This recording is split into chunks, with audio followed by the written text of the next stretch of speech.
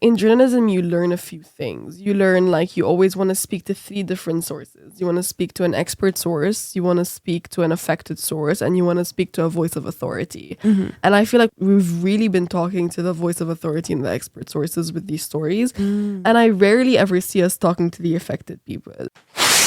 The true Christians, I feel like you're not weaponizing the religion to literally abolish a group of people. So I think when we're under an administration in the US right now that, to say it very clearly, can like barely control what's going on in its own country right now, I don't know how we're sort of expecting this administration, who is literally the puppet master a little bit behind a lot of what's going on, to have some empathy and sympathy and sort of stick to peacefulness when I think the administration's foundation is anything but peaceful.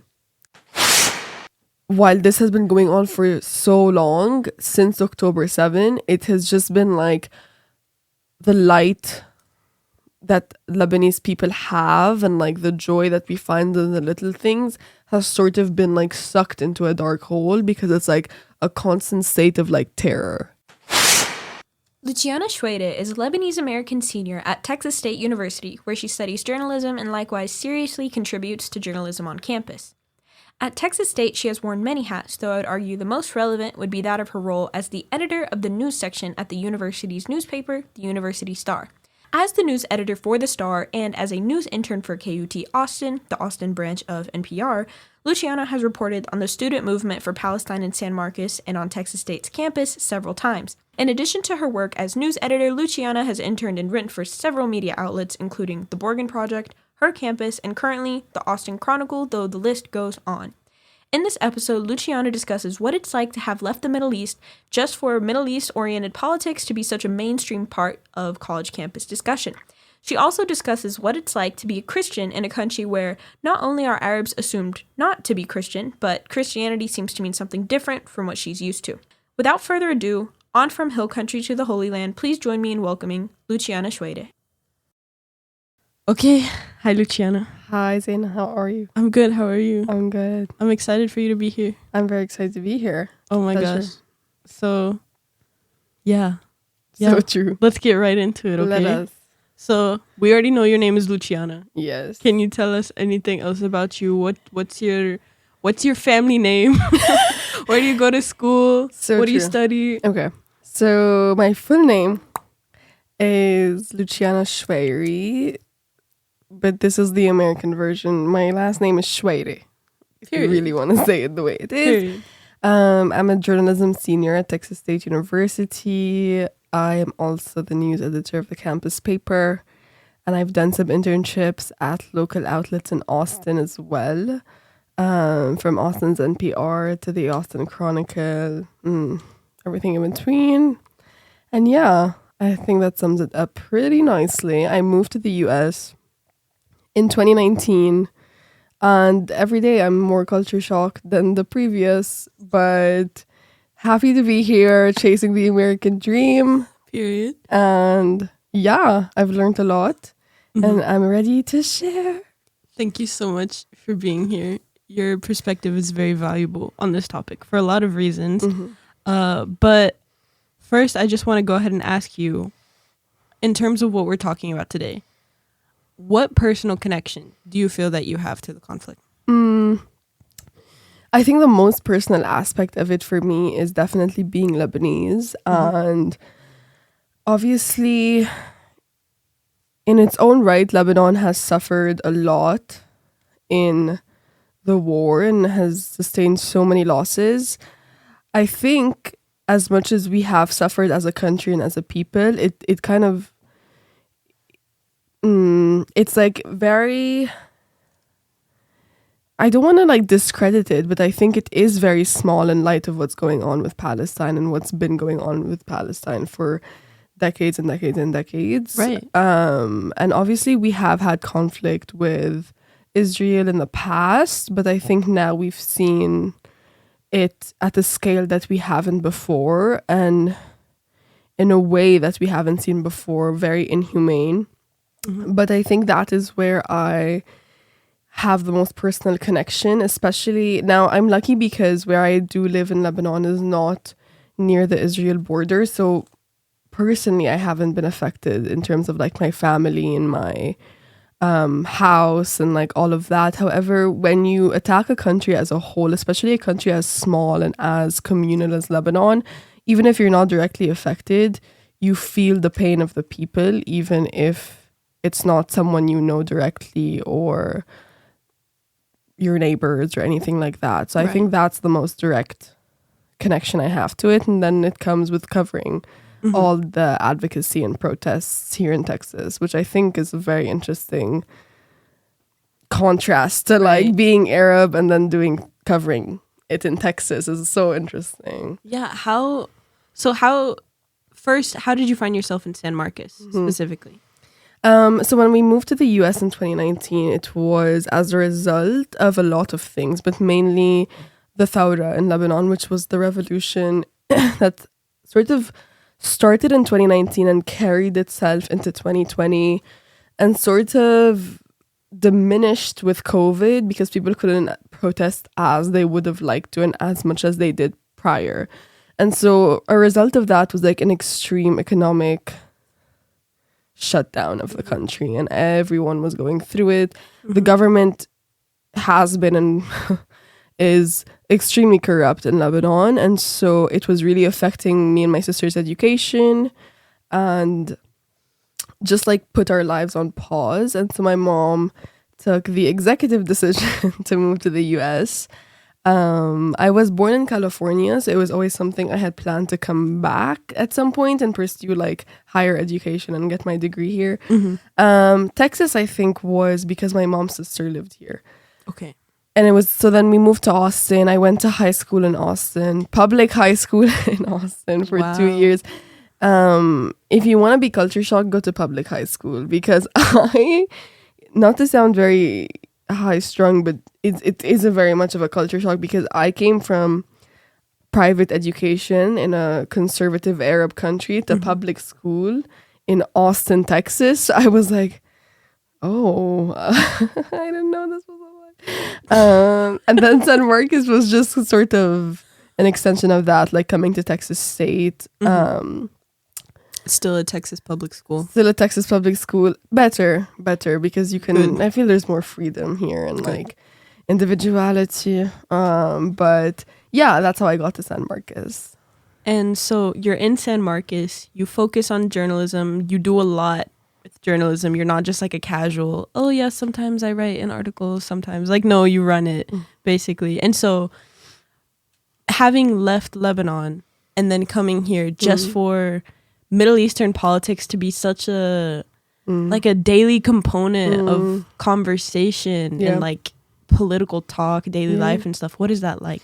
It's interesting because I feel like I hear more about Middle Eastern and Arab politics in Texas than I ever did in Lebanon. Wow. It's hilarious because I feel like I appreciate the wokeness. I really do. I just feel like sometimes it can get I don't think overwhelming is the right word. I think it's more like finding a balance between being a journalist and being Arab because it's a very, very thin line to walk, especially when I cover these protests and speak to people about these issues that I am personally affected by. And basically it's like I'm talking to people about marginalized groups of people that I am a part of and trying to like not take a stand and all of that. That has been very difficult for me. I think with Middle Eastern politics being so quote unquote like controversial right now, I feel like it's a very interesting time to do journalism and be an Arab woman doing journalism. It's like you're either it's hard because I feel like I constantly battle like being too Arab or being too white for like certain groups of people. It's like for my Arab friends and Arab family I'm too white, and then for my white friends I'm too Arab. And I feel like when I do get into those conversations about Middle Eastern politics, I find myself like shying away from it, although I feel like I may be the most capable and like right person to have an opinion about it, but I choose to, I think, to shy away from it because I worry if I give my opinion, I won't stop. Interesting. That's why you haven't joined opinions at the start. So true, that's why. Okay, well, that's good to know. So you just said it. I was going to ask you if you feel like your background even helps you have a more objective perspective, like you have a more well-rounded perspective. You've seen firsthand the way Israel affects not only Arabs more broadly, but the Lebanese naturally. So what role does that have to play with what you do? Like as a journalist and stuff. Yeah.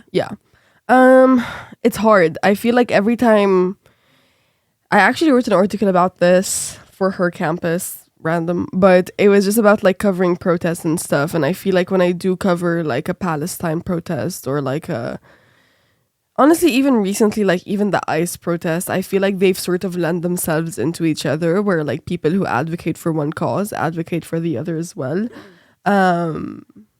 I do say I try so hard to like take that objective stand. And when I do go to these protests, if there happens to be a counter protest, I will also speak to those people and kind of see what they have to say as well.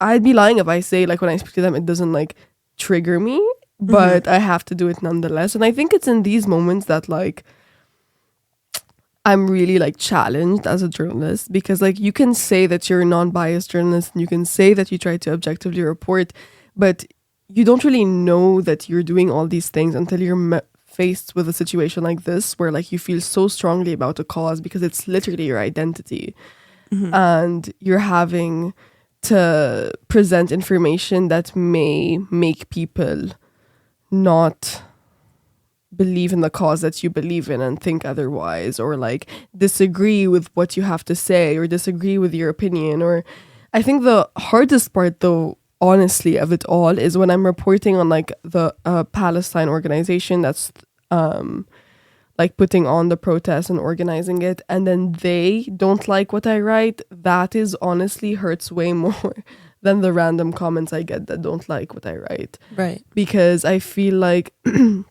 with a group like that specifically, we both believe in the same thing, but they don't know that I do, because I can't just be out here saying what I think.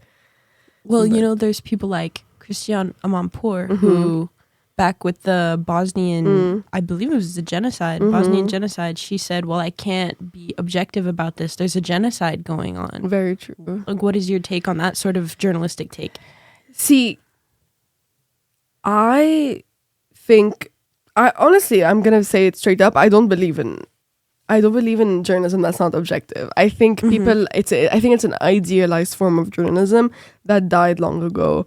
I think with every reporter and every article you write, you are never going to just blatantly say, well, I believe. Well, you're not saying that. That's true. And you can argue that is me not being objective for sure. But with every quote you pick to put in that story, that's a conscious decision you made based on what you thought was a good thing that this person said. And if you think that's a good thing that person said, to some extent, you might believe it. I find myself sometimes when I do cover these protests that I will say everything they say is really strong and really powerful and really good, but I will obviously pick what I think stands out the most and what might make the readers believe in their cause more, which that to some extent is not objective, because I am doing that and I am trying to make these people present the best version of themselves because I believe in the cause that they are championing for. Right. So when it comes exactly like Amanpour said, I mean, with something like genocide, which is what we're seeing right now, I think if you want to take genocide and just take it like for what it is, like not in the context of the Middle East, just genocide itself, it's easy to say that, yes, who's objecting that? Like, it's a bad thing, it's a wrong thing, duh. But it's terrible that we've put it in the context of Israel and Palestine, and the US has somehow found excuses for it. And so it would be wonderful and ideal for us to say, yes, it's literally wrong and that's it. And what do you mean? Like, there's no way to really write around that or like do anything around. And I agree, and I want it to be like that. But unfortunately, there are outlets that are taking that narrative and literally crushing it to the ground. And I think it's most of Western media. Like, forget the left or the rightist outlets. They've all sort of taken the stance because, if we're being honest, Israel controls some of our major industries in the US. So like, they can think what they want to think behind closed doors, but when they're writing the story, it's not just writing the story. It's you're writing that these big outlets are writing stories that are really affecting American relations with this country. It's like way bigger than we ever thought it would be. And for some reason, it's not just about literally people dying for absolutely, I don't want to say no reason, but it does feel like that sometimes, you know? Right, yeah, absolutely. And so, backtracking a little bit in terms of your personal connection and the Lebanese plight and all of this, do you feel like maybe in terms of, you know, just letting people know about it, getting the word out there, do you feel like what's happening now could at least be beneficial in the sense that it's giving a voice to people who haven't had a voice before? Like, especially for the Lebanese people or people in Yemen or people like to a much lesser extent in Jordan or Egypt, you know, all of these countries are affected, not perhaps to the extent that the Palestinian people and Palestinian land is affected, but nonetheless, you all are affected as well. And Syria, especially, like constantly, there's always constantly something happening. There's bombs being dropped. There's people dying, but people don't really know about it. People don't know how widespread this is. How do you feel about that? How people, on one hand, don't really know the extent to which Lebanese people have experienced hardship due to Israeli occupation, and on the other hand, how there is traction for once. See, that's a good question because I feel like it's a good question, and it's something I have thought about a lot. And I think when I think about it, I also think it reminds me of the Beirut bomb in 2020. I honestly, before that point, I had never seen like Lebanon being talked about in American news. I never saw us being talked about. And so obviously when there's a bomb in a Middle Eastern country and suddenly everyone wants to know about it. And I feel like it's sort of, I think American media and media in general would be doing the world and history itself a disservice if they weren't covering what's going on right now. However, I do think there's always more to be done. I really commend like all the independent journalists because they are working their butts off way harder than any national and international media outlet right now. I feel like these are the people that if anyone is listening that they should be following as well. I think people who are like boots on the ground, like going to these war zones and like speaking to actually the affected people instead of speaking. See, that's the thing with American media is I think in journalism, you learn a few things. You learn like you always want to speak to 3 different sources. You want to speak to an expert source, you want to speak to an affected source, and you want to speak to a voice of authority. And I feel like we've really been talking to the voice of authority and the expert sources with these stories. And I rarely ever see us talking to the affected people. I feel like we like to talk to these like advocacy orgs, and I also commend them for doing such a good job. But I feel like when you hear it straight from the source, then you can't, that's the thing is like, you have to appeal to people's emotions with this. And it's so, can we curse a little bit or no? I don't care. Okay. It's so shitty, honestly, that even when we do appeal to emotions, like people are still like, yeah, well, on this side, we also have these hostages. And I'm like, all right, you know, we can't win this one. I think when it comes to Middle East and Western media as a whole, it's only covered when it's something like this. It's only covered when it's war. It's only covered when it's bombing. It's only covered when it's genocide, which I think these are all things that need to be covered, of course, but I don't think they would have been there. They would be covered to this extent if it wasn't for America's hand in all of this. I feel like we cover things when the US is involved and if it affects the US. But I think as what we claim to be, quote unquote, heavy on the quote, the most powerful and the best nation in the world, we need to be advocating for all the surrounding countries, because I feel like we are, what's the point of having power if we're not helping the people around us? Right. Okay. And on that note, I want to ask you a few questions about the activism scene. We've talked a little bit about how you've covered it. I want to ask you how. Well, first, I want to bring up something someone else I interviewed said. He was Arab, or he's Arab. He's like Jordanian heritage. He's got his grandmother's Palestinian, etc. And he feels a sense of frustration that a sort of white liberal narrative has taken over the advocacy for the Palestinian people. I want your take on that. I agree. I think but do you believe that's like an inherently negative or positive thing?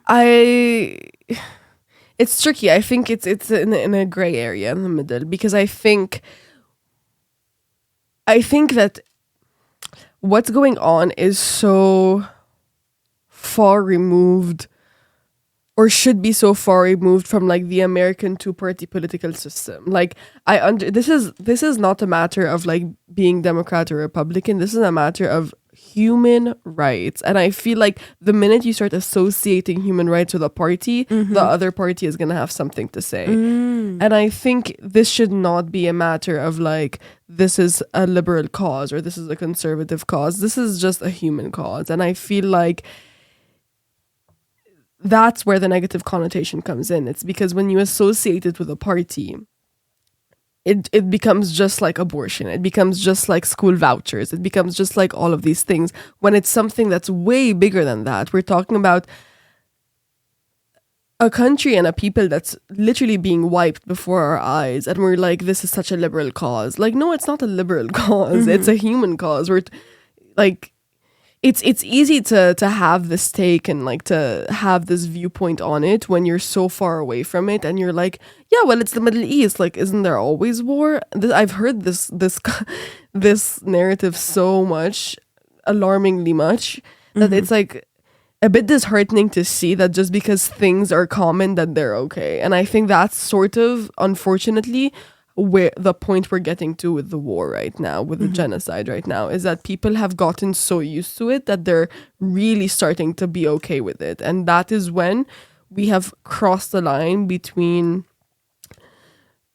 I guess, it being an issue and us like completely forgetting about it. And that's how Israel gets what it wants, honestly. Right.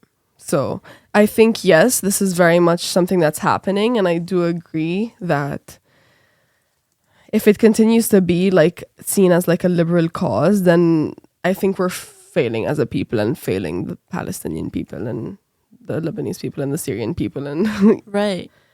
I want to talk about like that in the sense that it's become a partisan issue in the United States. And I think one of the factors that you can attribute to that is how the evangelical Christian scene, who tend to be Republican in this country, support Israel for an array of reasons, but it can, primarily, I think, be explained by Christian Zionism. You're a Christian. You are from Lebanon. Can you talk a little bit about how you perceive this interesting sort of, this group of people? It's interesting because the Christianity that I know is so far removed from the evangelical Christianity that I think a lot of Americans are. And I feel like Christianity is tricky with this one, because I feel like, for one, people get very shocked when they know I'm Christian, especially. It's another thing from being, I feel like you wrote an opinion piece about this, about like being Muslim and being Arab, and the like association / disassociation between the two. And it's a cause I feel like very strongly about. And I also feel like with this, with people using Christianity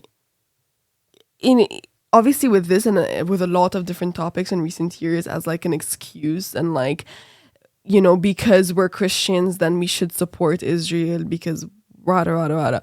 Well, an interesting thing is that Lebanese people, obviously I'm Christian, and a big thing in our religion and in Lebanese Christianity and like being Maronite is sort of visiting different places that have shaped Christianity.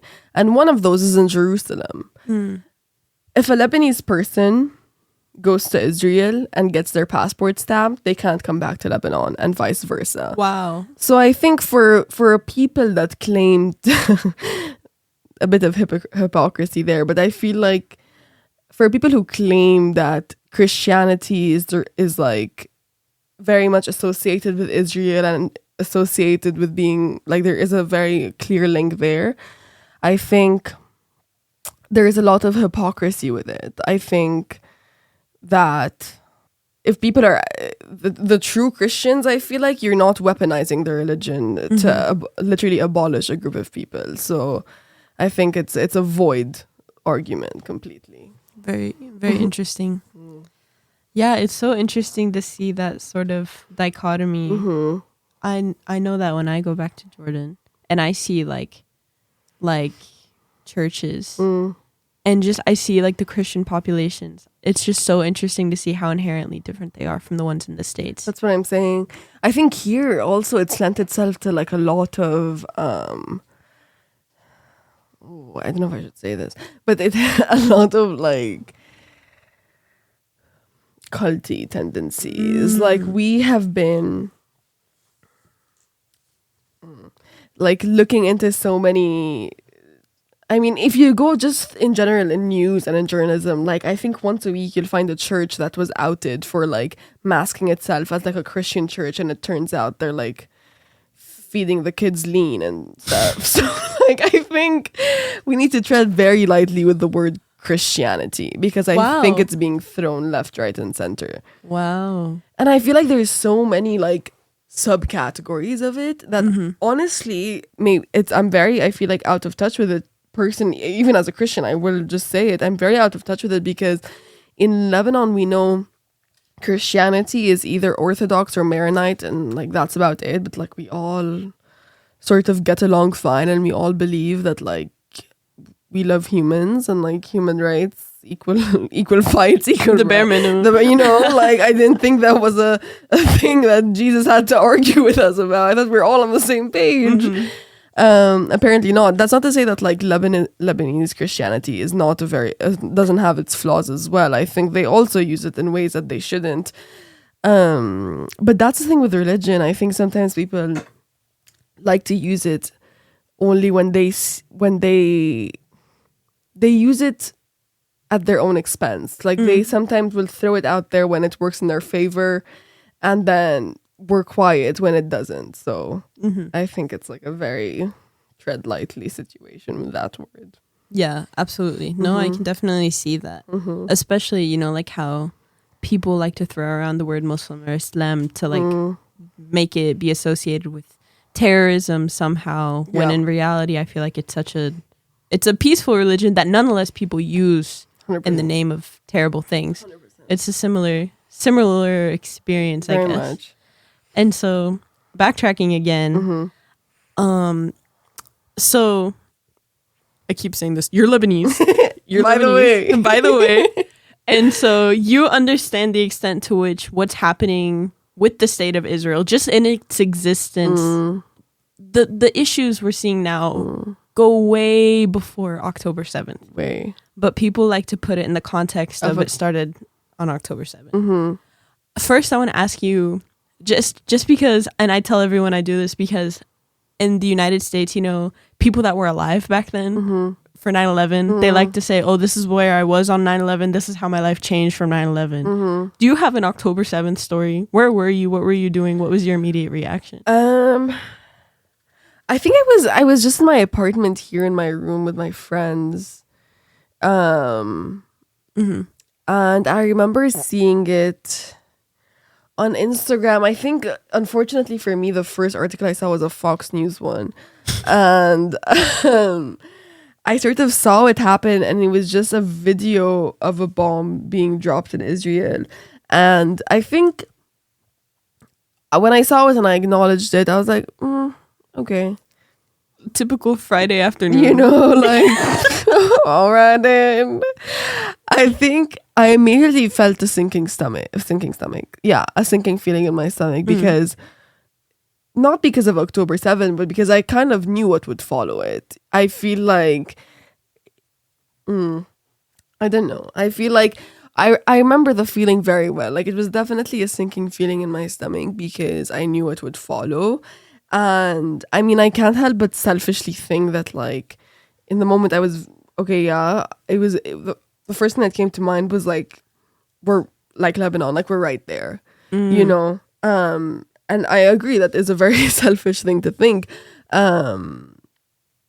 But I think it just goes to it lends itself to like just the American people. It's because like with me, I think I think there is a lot of divide just within the Middle East itself, like within different Arab countries, unfortunately. Lebanon doesn't get along very well with Syria, doesn't get along very well with Israel. I think we're good with Palestine. I think now we're cousins, so it's fine. So I think it's hard with Lebanese, with just being Arab, that even within our own selves, we have to notice the flaws that we do have and how it took something like this to unite us. And I think since then, since October 7, it's just been like a downward spiral. Like when you think it's over, yet again it comes back, and it's just like a constant like fear of like checking the news, constant fear of like I'm subscribed to this is off topic but kind of on topic. I'm subscribed to this like WhatsApp group called the 961, where they like basically text you live updates of what's going on, and it's like people who are like boots on the ground, like in Lebanon, in Palestine, in Israel, in Syria, and they're like just there and telling you everything. Like if a bomb is dropped at 12:01 I have a text. So it's like very insane. And it's very overwhelming. Like it's just like my phone is constantly going off, and I feel like that alone is a fear that I haven't been to Lebanon in 2 years, but from my friends and family who are there, I feel like while this has been going on for so long, since October 7, it has just been like the light that Lebanese people have and like the joy that we find in the little things has sort of been like sucked into a dark hole, because it's like a constant state of like terror. And I feel like that constant state of terror is like what we all felt as an Arab people on October 7. Right. Because we knew what was coming next. Did you sort of get a renewed sense of that feeling when the ceasefire never was really holding, but there was something there for a minute, and obviously it's been broken since. Have you felt that way again, or how are the feelings this time? I think it's kind of like you said, where like the ceasefire felt like a dangling the carrot. Like it sort of felt like they did it to say that they did it, and then they sort of just left it at that. I think when we're under an administration in the US right now, that, to say it very clearly, can like barely control what's going on in its own country right now. I don't know how we're sort of expecting this administration, who is literally the puppet master a little bit behind a lot of what's going on, to have some empathy and sympathy and sort of stick to peacefulness, when I think the administration's foundation is anything but peaceful.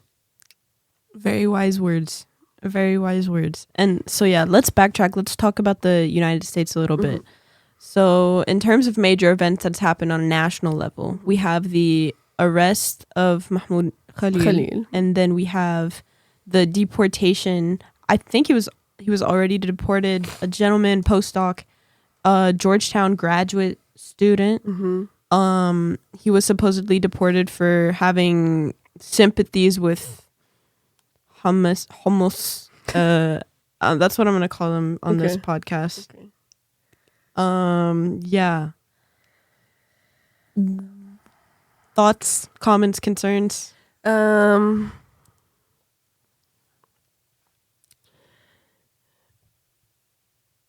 think everyone should be scared, is all I have to say. I think Of what? of a lot of things, honestly. I think look at Mahmoud. Honestly, he was a US citizen. He's a US citizen. A green card holder. Green card holder. Mhm. He's a green card holder. He has a right to be here. And the administration sort of, and let's talk about Columbia for a second. Please. I think Columbia University as an institution is an absolute joke. I think for a private institution that is seen as an Ivy League institution in the United States of America, in New York City, nonetheless, a very liberal place, and for this being a quote-unquote liberal cause, I feel like they have let everyone down, including themselves. I think years in the future, we will look back at history and look back at an institution like Columbia that will no longer be Ivy League, mind you, and sort of see that, because I think everyone who is, I would hope, well educated and who would be the ideal student to go to Columbia would also be the type of student who advocates for Palestinian rights. Right. And I think that these people that Columbia wants, like this future of tomorrow's students, will no longer be going to Columbia. Right. I think that they put Mahmoud in the line of fire for him to be now taken by ICE. He has a wife who's like with child. He's fully contributed so much to the American system and contributed to the American economy. And he's more American than some Americans, if we're being honest. But I think the minute you find someone who like doesn't fit your ideal, like American, and especially now, we've seen the Trump administration time and time again threaten visa card holders, threaten international students who are here on visa, who are protesting pro-Palestine causes. We've seen this on repeat, so I don't think it should shock anyone that this is happening. I think it should worry you heavily. And I think that everyone should be advocating for his release, and everyone should be advocating for literally the First Amendment, like Right. we are built upon, the United States is built upon a foundation of being such a free place and a free country and a free. Except it never has felt like anyone here is free.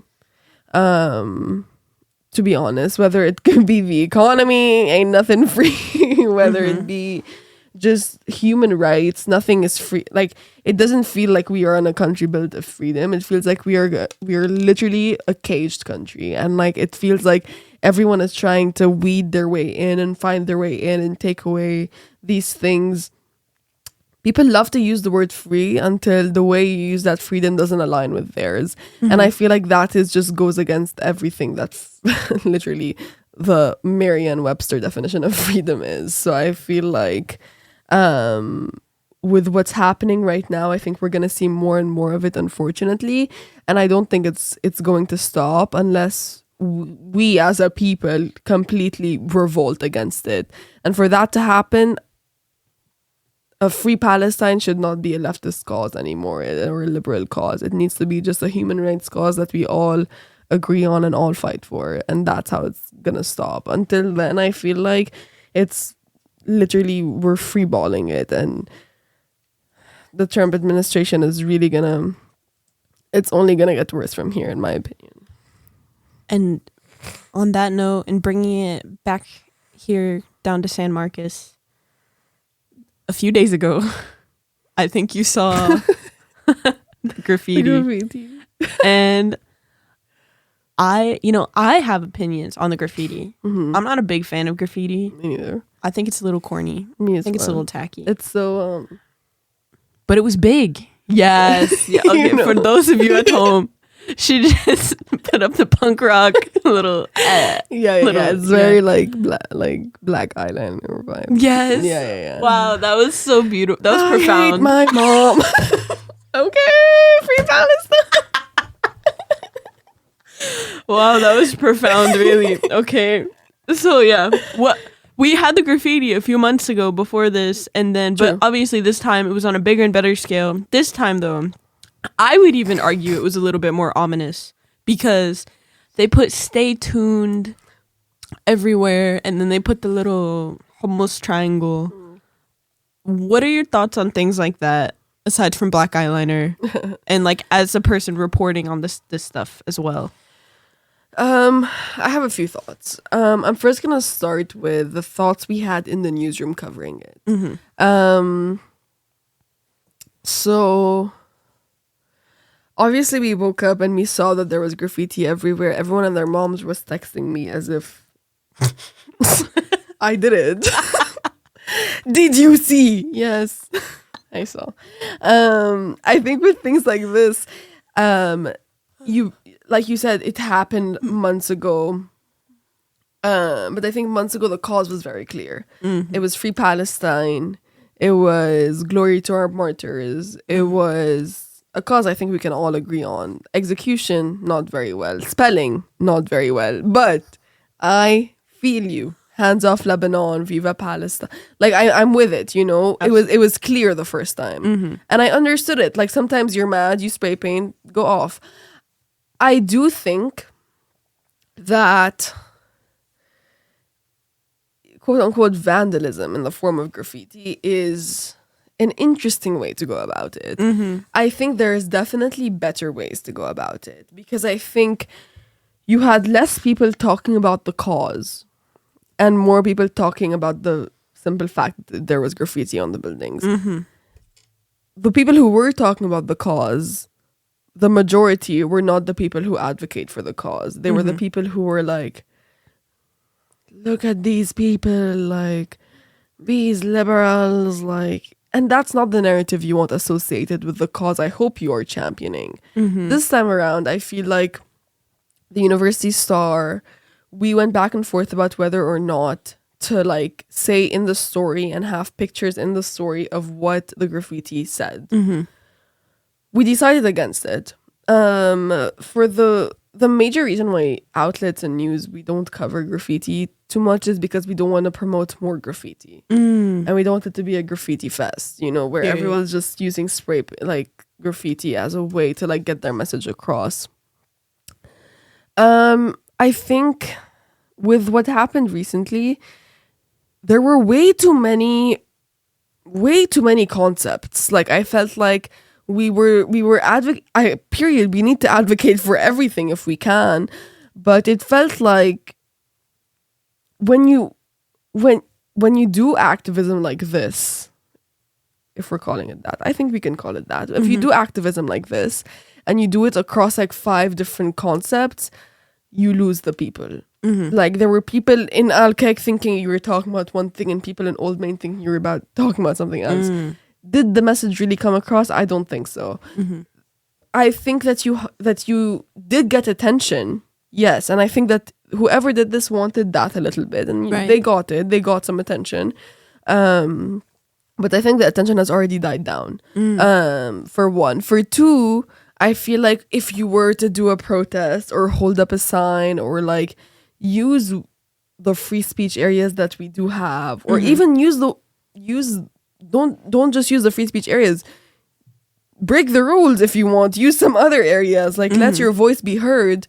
That would have had a better impact than I think what the graffiti did. Right. I also think it's things like that make people even more think that this is now a liberal cause and this is something, you know, and that's not what we want. We want people to understand that this is a human rights issue, and now you're making it a vandalism, leftist, I hate my mom issue. And like, we need to not be doing that. Right. It's like almost the definition of performative. Very much so. Yeah. You did exactly what I'm sure you didn't want to do. I would hope you didn't want to do. If these are the topics and these are the human rights and activism issues that you're championing, then you completely discredited it with the way you went about it, is my opinion on it. Mm-hmm.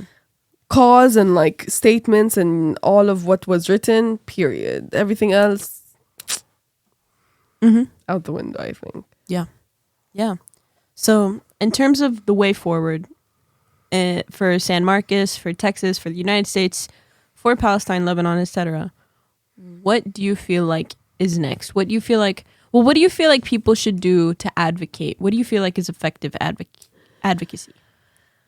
You see, it's interesting because I would think protests and just getting the word out is effective advocacy, but every time I do sort of like write a story about it and post about it and like talk about these protests going on, I post on my story, and I will say the majority of my followers are my Lebanese friends and family, and they sort of mock it. Wow. Yeah, it's interesting because they say like, okay, what are you guys doing? Like what are you doing in San Marcos, Texas? That's really helping us over here. And I understand that point of view, but I think doing something is better than doing nothing. And I think that's what it comes to.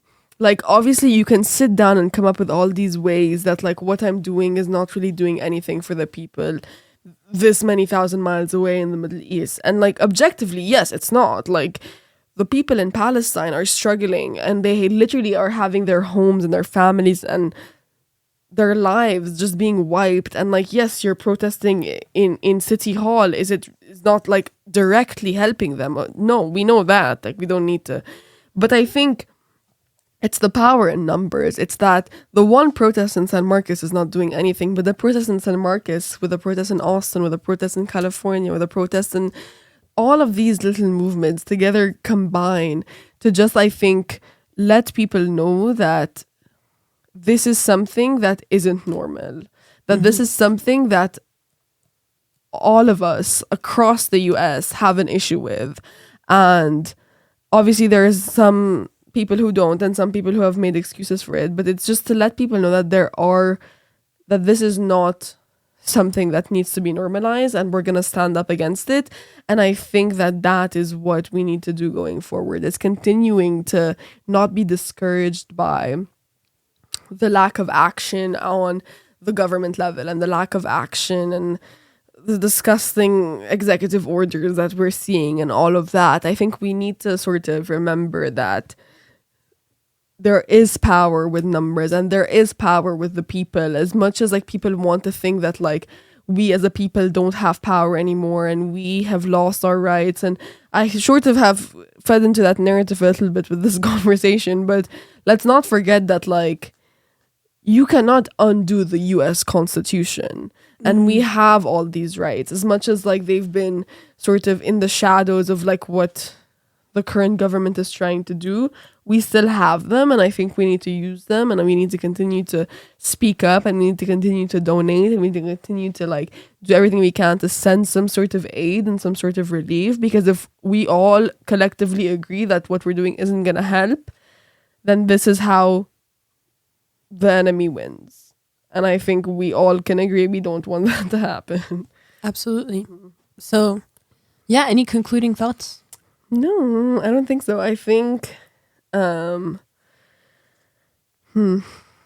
think it's interesting. I'm going back to Lebanon this summer, and obviously I'm excited, but I've also like readied myself to see a country that isn't what I saw it last.